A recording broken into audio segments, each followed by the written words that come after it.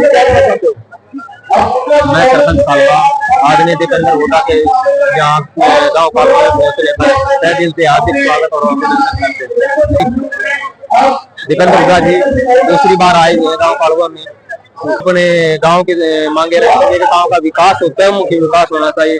मतलब कोई भी समस्या हो, हर प्रकार की समस्या का समाधान से गाँव बिल्कुल नजदीक है। तो सरपंच साहब विधायक जी ने आपके गाँव में कितने काम करवाए?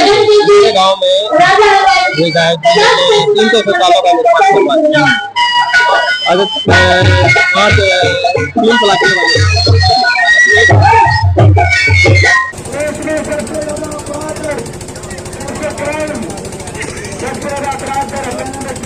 भारत सरकार के अनुसार सेकंडों में आप देखो, 3 में देखो, पूरे प्रदेश में देखो, सबसे ज्यादा क्राइम हरियाणा में हो गया।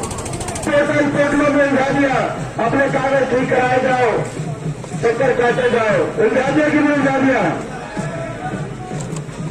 जब गुजरात में पोर्टल लागू नहीं है तो हरियाणा के अंदर ये पोर्टल और आइडिया क्यों लागू कर दिया आपने?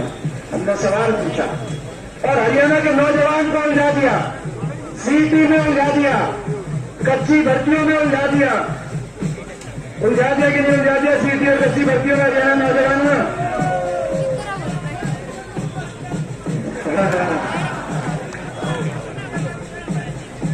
एक बात है, ये आगे जो अपनी तख्ती ऊपर कर रहे हैं, मैंने देख ली तख्ती नीचे कर लो भाई, क्योंकि आपस में जब ये बाद में पड़ता, बाद में जैसे तख्ती अपनी कर लेना, अभी तख्ती नीचे कर लो।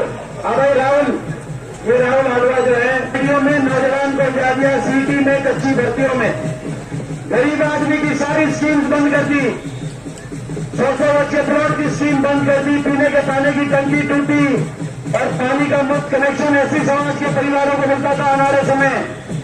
एक कोई नई टंकी टूटी तो पानी का कनेक्शन दिया नहीं, लेकिन पानी के बिल पकड़ा दिए कि नहीं पकड़ा दिए बिल गरीब आदमी को। मैं पूछना चाहता हूँ आपसे, 10 साल बीजेपी सरकार में किसी ऐसी समाज, बैकवर्ड समाज, बीपीएल की 36 बिरादरी को एक कोई 100 गज का प्लॉट किसी गांव में मिला हुआ? बताओ, मिला हुआ है किसी को? किसी का मकान आया किसी गांव में? हमारे समय इंदिरा आवास योजना होती थी, गरीब की स्कीम्स खत्म कर दी, पक्की नौकरी खत्म कर दी, कौशल निगम ले आए, तो बाबा साहब के बात कर दिया, पक्की नौकरी खत्म कर दी, कौशल निगम की कच्ची भर्तियां हरियाणा में शुरू करा दी, बिना रिजर्वेशन, बिना पेंशन।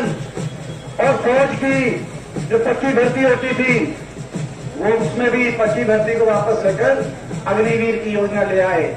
हरियाणा को विकास की पटरी से इतनी बुरी तरह उतारा इन्होंने। और उसके बाद अहंकार इतना, एक ऐसी सरकार जो अहंकार के लिए जाने जाएगी, घमंड के लिए जाने जाएगी।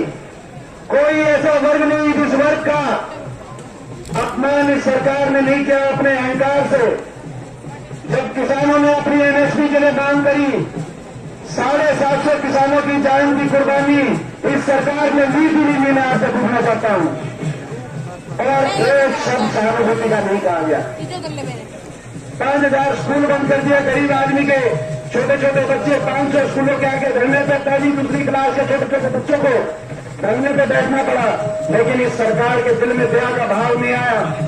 ऐसी अहंकारी सरकार ये साबित हुई। हमारी बेटियों को अपने न्याय के लिए लड़ाई लड़नी पड़ी। हमारी खिलाड़ी बेटी, वो खिलाड़ी बेटियां जिन पे दुनिया में जिन्होंने हमारा नाम ऊंचा करने का काम किया है, 6 ओलंपिक विजेता बेटियां दिल्ली की जंतर मंतर की सड़कों पर अपने न्याय मांगती रही, 6 महीने तक धरने में बैठी रही। विनेश फोगाट, साक्षी मलिक, क्या कसूर था इनका? और दिल्ली की सड़कों पर उनको घसीटा गया। जब दुनिया के पहलवान तैयारी कर रहे थे ओलंपिक में मेडल लाने की, हमारी खिलाड़ी बेटियों को दिल्ली की सड़कों पर सरकार घसीटवा रही थी। जब मेडल आता है तो इनके पास फोन जाते हैं बड़े बड़े मंत्रियों के, मगर उस समय 6 महीने तक उनका फोन किसी ने नहीं उठाया। एयरपोर्ट दिल्ली पे जब ये पहुंचेंगे मेडल लेकर, तो एयरपोर्ट पे पूरी भारतीय जनता पार्टी का मंत्रिमंडल एयरपोर्ट पे पहुंच जाता है फोटो खिंचवाने के लिए। लेकिन जंतर मंतर उनके घर के बाहर बैठ के जब धरना दे रही थी, उनसे मिलने 6 महीने तक कोई नहीं गया। इतना अहंकार इतना अहंकार। हमने सवाल पूछा बीजेपी से, आज हरियाणा के साथ इतनी नाइंसाफी आपने करी है और अभी नाइंसाफी चल रही है। आपने देखा इस बार बजट में, आपने देखा हरियाणा को 1 पैसा मिलना तो दूर की बात है। देश में सबसे कम बजट अगर मिला पूरे देश में तो हरियाणा प्रदेश को मात्र 1%, केंद्र सरकार का 1%। हरियाणा से 7 रुपए केंद्र सरकार लेती है और मात्र 1 रुपए हरियाणा को वापस देती है। 7 रुपए लेकर 1 रुपए वापस। चलो बजट में हमें भूल जाओ, मगर खेल बजट में आपने देखा ओलंपिक को 6 मेडल आए, 6 में से 5 मेडल हरियाणा के आए कि नहीं आए, हम बधाई देते हैं। लेकिन जब खेलो इंडिया का बजट पिछले साल का आप देखो 2200 करोड़ के बजट में, हमें इस बात का दर्द नहीं है कि 2200 करोड़ में से 500 करोड़ अकेले गुजरात को देने का काम किया, लेकिन हरियाणा के बाटे देश में सबसे कम 60 करोड़ हरियाणा के उस 2200 करोड़ के बजट में सबसे कम खेल के बजट में कम से कम हरियाणा आखिरी पायदान पर नहीं होना चाहिए था। अहंकार और हरियाणा को इतनी दिल्ली में इतनी हरियाणा के साथ हरियाणा की इतनी बेकदरी करने वाली ये सरकार। और जो हम कहते हैं हमारा कसूर इतना है कि हम कहते हैं हिसाब दो।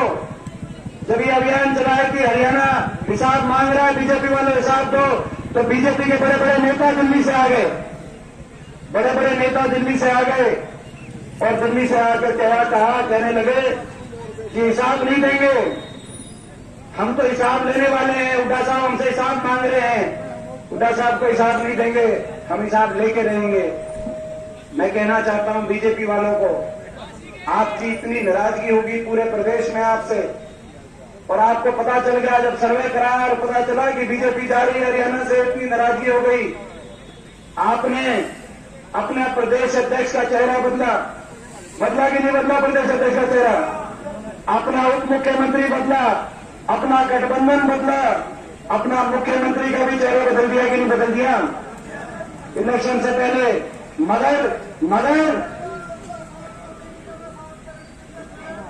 और सही बात है, ये कुछ बदले, अब तो कुछ भी बदल ले, मुख्यमंत्री उप मुख्यमंत्री बदल ले, अब तो लोग सरकार ही बदलने का काम करेंगे। ठीक कह रहे हैं, और लोग सरकार बदलेंगे।